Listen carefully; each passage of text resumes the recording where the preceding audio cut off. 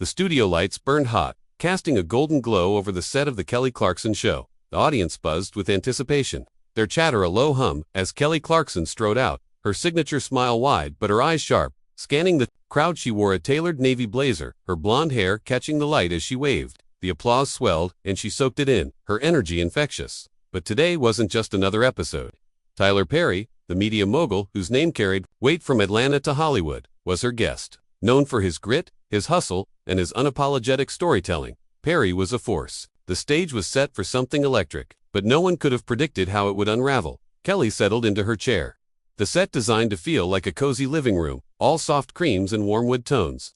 Across from her, Tyler Perry sat, his posture relaxed but his presence commanding. Dressed in a charcoal suit, he exuded confidence, his deep voice steady as he greeted the audience. The first few minutes were smooth, the usual talk show rhythm. Kelly lobbed soft questions about his latest projects, and Perry answered with charm, his laughter filling the room. They bantered about his new film, a gritty drama set in the heart of New Orleans, and the audience ate it up. But beneath the surface there was a tension, subtle at first, like a faint crack in glass dot. It started with a question about representation. Kelly, leaning forward, her hands clasped, asked about the criticism Perry often faced for his portrayals of black women. Her tone was gentle, but the question carried an edge, probing into territory that had sparked debates online and in industry circles. Perry's smile tightened, just enough for those paying attention to notice. He leaned back, his fingers drumming lightly on the armrest, and responded with measured words. He spoke of his intent, his roots, how his stories came from a place of truth, drawn from the women who raised him. The audience nodded along, but Kelly wasn't done. She pressed further, citing specific critiques, her voice steady but insistent, as if she wanted to peel back layers Perry wasn't ready to show. The shift was palpable. Perry's answers grew shorter, his tone clipped. Kelly, sensing the resistance, doubled down, her questions veering from curious to confrontational. She brought up a recent article that called Perry's work formulaic, a charge that had dogged him for years. The audience stirred, a few gasps cutting through the silence. Perry's eyes narrowed, and for the first time, his calm facade cracked. He leaned forward, his voice low but firm, defending his craft, his choices, his legacy. He spoke of the barriers he'd broken, the empire he'd built from nothing. Kelly nodded, but her expression was unyielding, and she countered with a point. About artistic responsibility, her words sharp. Slicing through the air. The exchange escalated, each pushing back against the other. Kelly's questions felt less like an interview and more like a challenge, while Perry's responses carried a growing edge of frustration. The audience, caught in the crossfire, shifted uncomfortably, their earlier excitement replaced by a tense hush. Perry's hands gripped the armrests, his knuckles tight, as Kelly asked one final question, something about whether he felt his work truly uplifted the communities he claimed to represent. The room held its breath. Perry stared at her, his jaw set, and then, in a move that stunned everyone, he stood, unclipped his mic, and walked off the set without a word. The camera caught Kelly's face, frozen in shock, as the audience erupted into murmurs. The stage manager scrambled, and the show cut to commercial, leaving the tension hanging like smoke. Backstage, the air was thick with chaos. Crew members darted through the narrow corridors, headsets crackling with urgent whispers. Tyler Perry's abrupt exit had left the production team scrambling, their usual rhythm shattered. Nearly dropped a lighting rig, cursing under his breath as he steadied it. The show's producer, a wiry woman with a clipboard clutched like a lifeline, barked orders to reroute the segment. Kelly Clarkson remained on set, her smile gone, replaced by a tight-lipped expression as she conferred with her team during the commercial break. The audience, still reeling, buzzed with speculation, their phones already lighting up with posts about the clash. Perry, meanwhile, had retreated to a green room down the hall. The door was closed, but the tension seeped through. Inside, he paced, his polished shoes silent on the carpet. His assistant, a young man named Marcus, hovered nearby, unsure whether to speak or stay quiet. Perry's face was a storm, his eyes distant but burning with something raw. He wasn't angry, not exactly, more like a man who'd been pushed to a line he hadn't expected to cross. Marcus offered a bottle of water, but Perry waved it off, his mind elsewhere. He muttered something about respect, about being ambushed, his voice low but heavy with conviction. Marcus nodded, knowing better than to interrupt. On set, the show resumed, but the energy had shifted. Kelly, ever the professional, plastered on a smile and pivoted to a lighter segment, introducing a musical guest with forced enthusiasm. Her voice carried a slight tremor, betraying the effort it took to move past the moment. The audience clapped on cue, but their attention was split, many still glancing toward the wings where Perry had disappeared. Social media was already ablaze, clips of the exchange circulating, dissected by fans and critics alike. Some praised Kelly for holding Perry accountable. Others called her approach disrespectful, accusing her of blindsiding a guest for clout. Back in the green room, Perry's phone buzzed incessantly. Texts from his team, his publicist, even a few industry friends who'd caught wind of the drama. He ignored them, his focus inward. Marcus finally spoke, suggesting they release a statement, something to control the narrative. Perry shook his head. He wasn't ready to play that game, not yet. He needed to process what had happened, to understand why Kelly's questions had cut so deep. It wasn't just the critique of his work. It was the implication that his legacy, his life's mission, was somehow lacking. That stung more than he'd admit. The producer knocked on the green room door, her voice cautious but firm. She asked if Perry would return to the set, offering to smooth things over, maybe even let him speak uninterrupted. Perry listened, his expression unreadable, then declined with a single shake of his head. The producer lingered, clearly torn, before retreating to deal with the fallout. Outside, the show continued, but the audience's energy was fractured, their whispers louder than the applause. Kelly pushed through, her charm dimmed but intact, steering the conversation to safer waters. Yet the weight of Perry's absence lingered, an unspoken question mark hanging over the stage. As the segment wrapped, Kelly's team huddled in a corner, debating how to address the incident. Some urged her to acknowledge it on air, to diffuse the tension with her trademark candor. Others warned against it, citing the risk of escalating the story further. Kelly listened, her arms crossed, her mind racing. She knew the cameras would catch every flicker of emotion, every pause. She also knew Perry wasn't coming back, not today. The realization settled in, heavy and final, as the show barreled toward its next break. The commercial break ended, and the studio lights flared back to life. Kelly Clarkson stood center stage, her posture straighter now, as if steeling herself for the rest of the show. The audience, still unsettled, clapped on cue, but their enthusiasm felt hollow, like an echo of the earlier excitement. Kelly launched into a segment about a new cookbook, her voice bright but strained, the kind of forced cheer that didn't quite reach her eyes. She cracked a joke, and the audience laughed, but it was polite, not heartfelt. The shadow of Tyler Perry's exit loomed large, and everyone felt it. Backstage, the green room had become a pressure cooker. Tyler Perry sat now, no longer pacing, his hands folded in his lap. Marcus, his assistant, scrolled through social media on his phone, reading snippets of posts aloud. The internet was a battlefield. Some users hailed Perry as a hero for standing his ground, while others branded him oversensitive, unwilling to face tough questions. A few posts even speculated about a feud, weaving wild theories about personal grudges between Perry and Kelly. Marcus glanced at Perry, gauging his reaction, but Perry's face was a mask, his thoughts locked away. He finally spoke, his voice, calm but resolute, telling Marcus to put the phone down. He didn't want to hear the noise, not now. On set, Kelly's team fed her updates through her earpiece, their voices urgent but hushed. The story was gaining traction online, trending on multiple platforms. Hashtags were forming, some in support of Kelly's bold questioning, others decrying her for pushing too far. The producer, still clutching her clipboard, signaled from the sidelines, urging Kelly to keep the energy up. But Kelly's rhythm was off, her usual warmth undercut by a flicker of unease. She glanced at the empty chair where Perry had sat, and for a split second, her composure wavered. She recovered quickly, tossing her hair and diving into a story about her kids, but the audience sensed the effort. In the green room, Perry's thoughts churned. He wasn't one to shy away from criticism, but this felt different. Kelly's questions hadn't just challenged his work, they'd questioned his authenticity, his connection to the very people he'd spent decades uplifting. He thought of his mother, her struggles, the stories that fueled his films. The accusation that his work didn't reflect those truths hit like a blade. He leaned forward, elbows on his knees, and rubbed his temples. Marcus suggested they leave, get ahead of the story before it spiraled further. Perry shook his head again.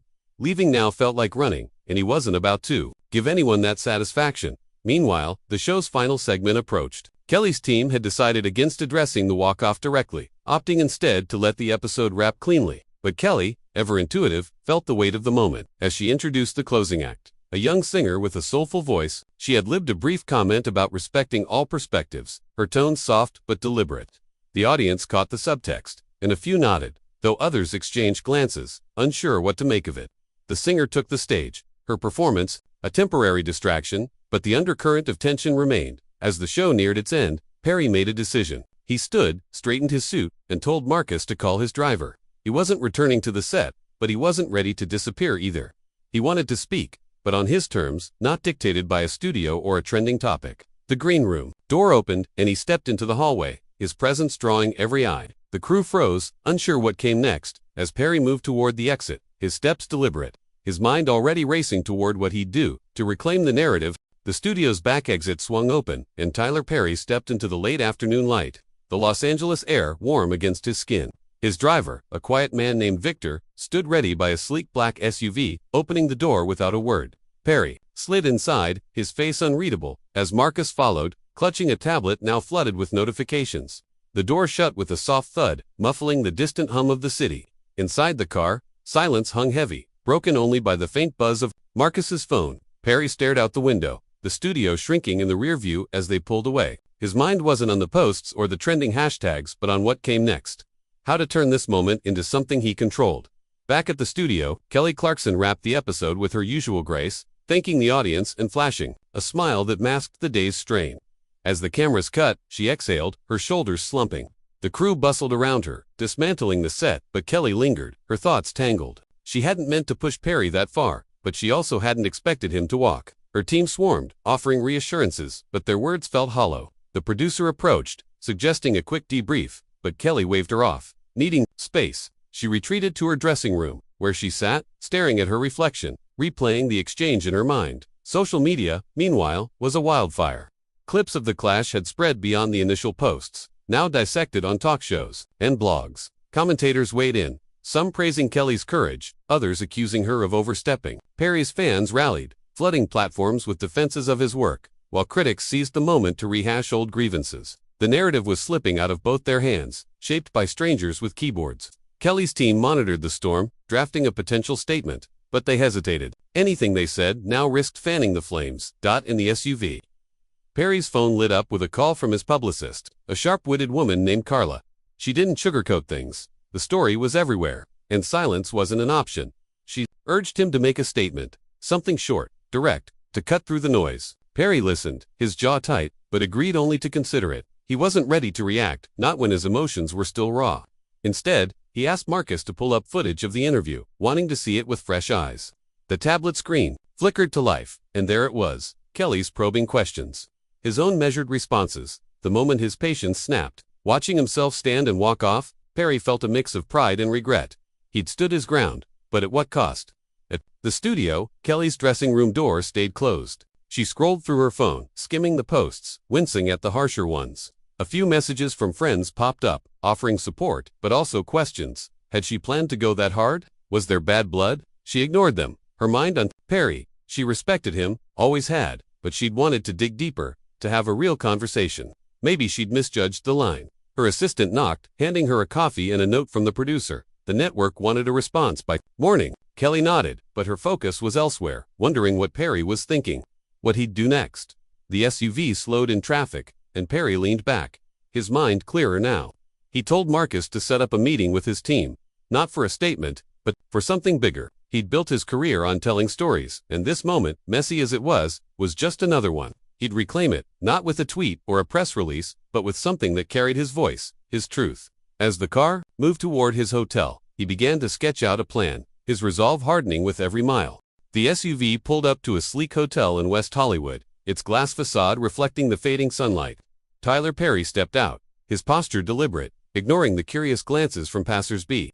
Marcus trailed behind, juggling calls as they entered the lobby, where the hum of conversation dipped as heads turned. Perry's presence was magnetic, even now, but his focus was inward, his mind racing with ideas. Up in his suite, he gathered his inner circle, Carla, his publicist, a strategist named Lena, and Marcus, who'd already set up a laptop for a virtual call with the rest of the team.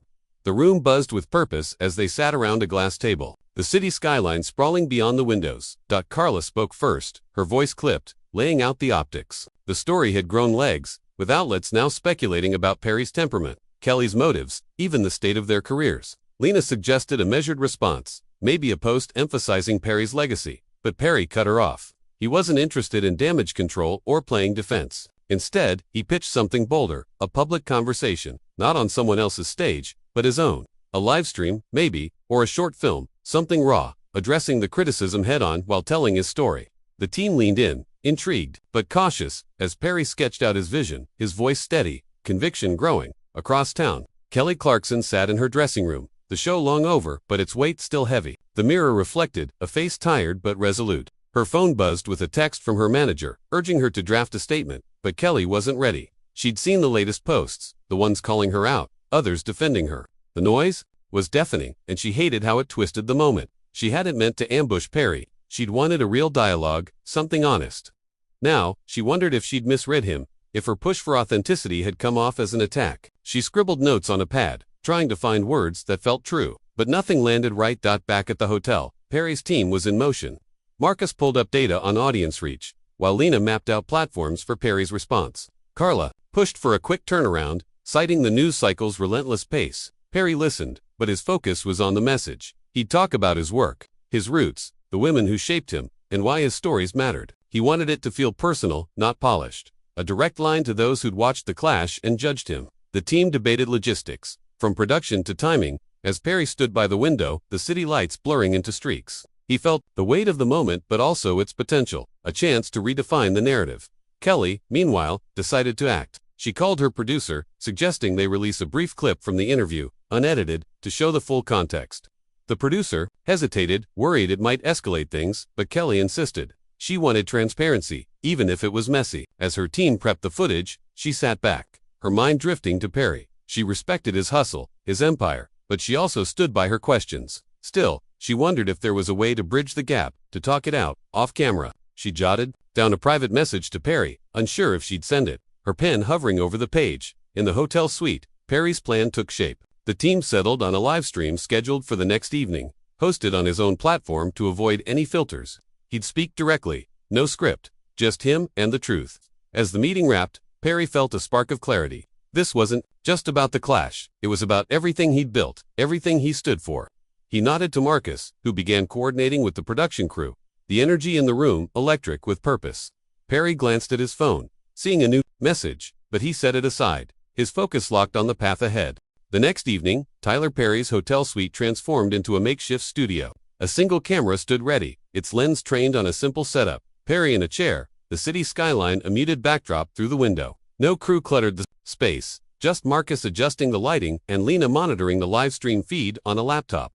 Perry sat, his charcoal suit swapped for a crisp white shirt, sleeves rolled up, his demeanor calm but resolute. The clock ticked closer to the broadcast time, and the team's nerves hummed, though Perry's focus was unshakable. He'd spent the day refining his thoughts, not scripting them, but shaping a message that felt true. The phone, he'd ignored. Last night sat on the table, its screen dark, the unread message from Kelly Clarkson still waiting. Across town, Kelly was at home, her living room a contrast to the studio's chaos. She sat on her couch, a glass of iced tea sweating on the coffee table. Her phone propped up as she watched Perry's live stream link go live. Her team had released the unedited interview clip earlier that day, and the response was mixed. Some praised her transparency, others called it a desperate move. Kelly ignored the noise, her eyes on the screen. She'd sent Perry a message last night, a private note apologizing for how things escalated, but standing by her intent to spark real conversation. He hadn't responded, and she didn't expect him to, but she hoped he'd see it before this broadcast. The live stream began. Perry looked into the camera, his voice steady, warm, like he was speaking to a friend.